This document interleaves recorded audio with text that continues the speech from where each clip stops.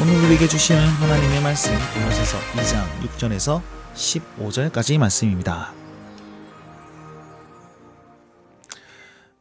자, 우리는 골로새서 2장 6절에서 10절 말씀을 먼저 볼 건데요. 1장 말씀에 어떤 표현이 되어 있었냐면 사도 바울이 골로새 교회를 칭찬하기 시작합니다. 엄청나게 너희가 신앙생활을 잘하고 그리스도 안에서 정말 자라가고 믿음과 소망과 사랑과의 그 관계 속에서 돈독하여지고 있다라는 사실을 얘기하였고, 또 너희는 이전에는 악했으나 지금은 은혜로 말미암아서 새 사람이 되었다는 사실, 그 은혜의 풍성함을 너희가 누리고 있다라는 사실을 얘기했단 말이죠. 그래서 2장 6절에는 이렇게 표현하고 있습니다. 그러므로 이렇게 앞에 있는 걸 모든 것을 요약해서 그리스도 예수를 주로 받았으니 그러므로 그 안에서 행하라 라고 표현하고 있는 것입니다. 결국 너희가 진짜 신앙을 잘 받았으니까 벗어나지 말고 그 신앙 안에서 열심히 행동하라는 것입니다. 그럼 어떻게 행동해야 합니까?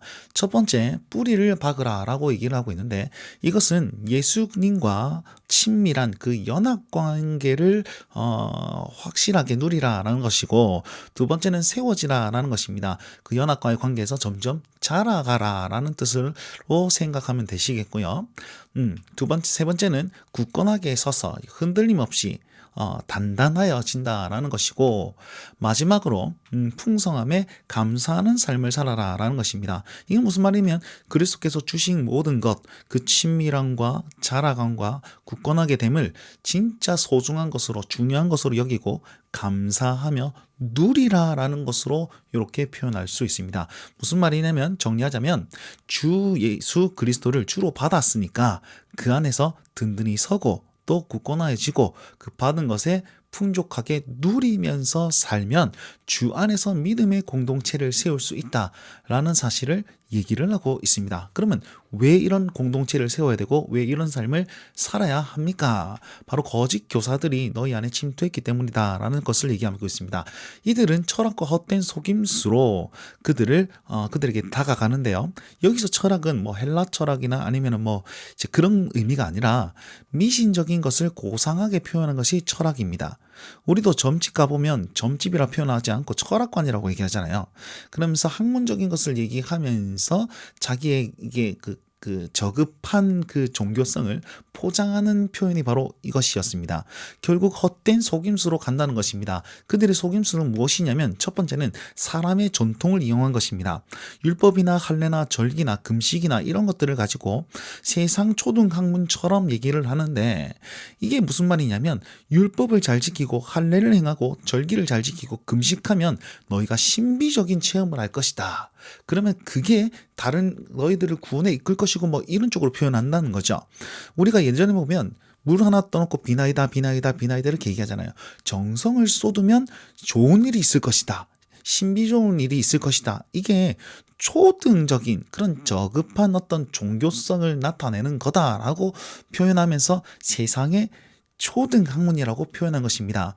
결국 이들의 주장은 무엇입니까? 그냥 어떤 것을 열심히 하면, 그 경건생활 같은 거를 잘하면 신비적인 체험을 해가지고 더 좋은 것을 받을 것이다. 이렇게 표현했다는 거죠. 그 핵심에는 그리스도를 따르지 않는 것입니다. 자기 열심이 있고 신비성이 있고 뭐 이렇단 말이에요. 자, 그렇게 해서 그리스도를 따르지 않는 것으로 너희를 사로잡을까봐 주의하라 라고 얘기를 하고 있습니다. 이들이 이렇게 가까이 있으니까 우리는 예수 그리스도 그 안에서 행하여야 한다는 것입니다. 자, 그리고 우리가 이렇게 따라가지 말아야 될 것, 그 이유는 무엇이냐면 이렇게 얘기하고 있어요. 너희가 세상의 것, 사람의 것을 따르지 않아야 되는 이유는 너희 안에 주님의 신성이 충만하게 있기 때문이다. 이렇게 얘기하고 있습니다. 무슨 말이냐면 예수님이 신성의 충만함을 의미하고 있잖아요. 그분이 사람과 연합이 되었어요. 그래서 이 육체 가운데도 그분의 신성이 들어와 있다라는 것입니다. 그래서 우리는 하나님의 아들들이라고 얘기하고 있죠. 그래서 우리는 세상의 것, 사람의 것, 이것을 쫓아 사는 인생이 아니고 정말 신비로운 하나님의 그 신성 안에서 그것을 쫓아서 살아가야 되기 때문에 그리스도를 쫓아 사는 인생이기 때문에 여기에 마음 두지 말라라고 얘기를 하고 있습니다. 자, 여러분, 구원받은 주의 백성들, 우리는요 세상의 것들을 쫓아서 거기에 현혹되어 살아가는 사람이 아닙니다. 예수 그리스도 안에서 중심을 딱 지키면서 그분이 주신 것을 누리면서 그 세상의 것은 은혜로 받아들이고 나아가야 되지, 주객이 전도되면 안 되겠죠. 자, 우리는 신령한 하나님의 사람인 것을 기억하시면서 세상의 그 저급한 것, 우리를 그리스도 예수 외에 다른 것을 중요시 여기는 모든 것들은 주의할 필요가 있다라는 것입니다. 자, 11절부터 15절까지는요. 그리스도 안에서의 충만한 것이 어떤 효력을 주고 있느냐, 우리가 그리스도 안에서 충만함으로 말미암아 무엇을 누리고 있느냐를 설명하고 있습니다. 자, 그리스도 안에서 충만한 것은 그리스도와 연합되었다는 것을 의미하고 있고, 연합은 어떻게 됩니까? 세례를 통해서 가능하다는 것이죠. 제일 첫 번째 이렇게 얘기합니다. 너희가 손의 할례를 받지 않고 그리스도의 할례를 받은 것은 육의 몸을 벗은 것이다, 이렇게 표현하고 있는데, 이게 무슨 뜻이냐면 할례를 신비적 체험의 조건으로 보는 그 거짓 교사들을 배격하면서, 아까 전에 초등학문 설명했습니다. 자, 할례를 받아야지 신비적인 체험을 할 수 있다라고 얘기하는 사람은 아니라는 거죠. 그거 아니고 그리스도의 죽음에 참여하는 것을 육의 몸을 벗었다, 이렇게 표현하고 있습니다. 언제 그리스도의 죽음에 참여합니까? 우리가 세례 받을 때 그의 죽음을 우리의 죽음이라고 얘기하고 있지 않습니까? 그래서 세례를 통해서 그리스도와 함께 죽었다라고 표현하고 있죠. 로마서의 말씀에 보면 죄에 대하여 죽었다라고 표현하고 있습니다. 자, 그리고 죽은 그대로 내버려 둔 것이 아니고 그리스도와 함께 다시 살리심을 받았다라고 되었죠. 우리가 새 사람이 되었습니다. 이것은 믿음으로 말미암아 가능한데, 이 믿음은 그리스도와의 인격적인 신뢰, 그 관계 아래서 관계를 믿음으로 말미암아 우리가 새 사람이 되었다는 것입니다. 자, 그렇다면 그리스도와 함께 죽고 그리스도와 함께 살린 사람은 어떠한 유익을 누리느냐? 죄 용서함을 받습니다.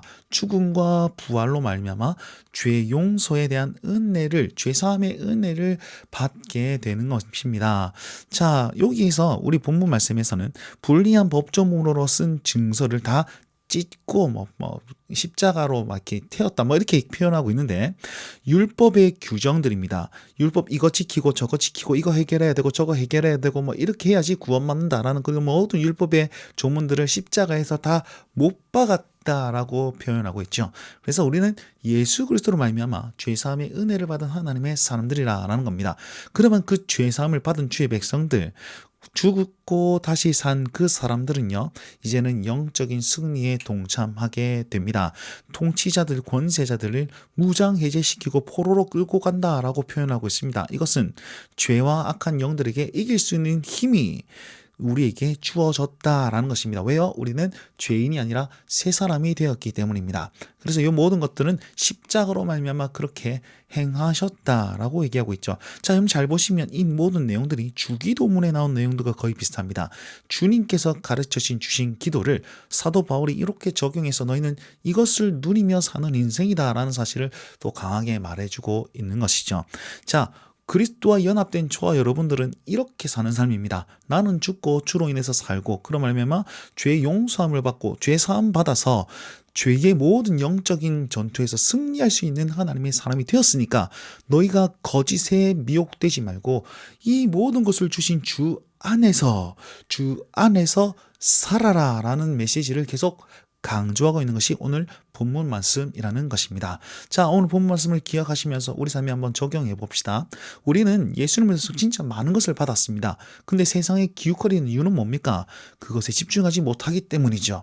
죄 용서함도 받고 세상을 이길 수 있는 힘이 여기에 있는데, 주 안에 있는데, 그것으로 만족하지 못하는 나의 불신앙이 다른 것에 기웃거리게 만든다는 것입니다.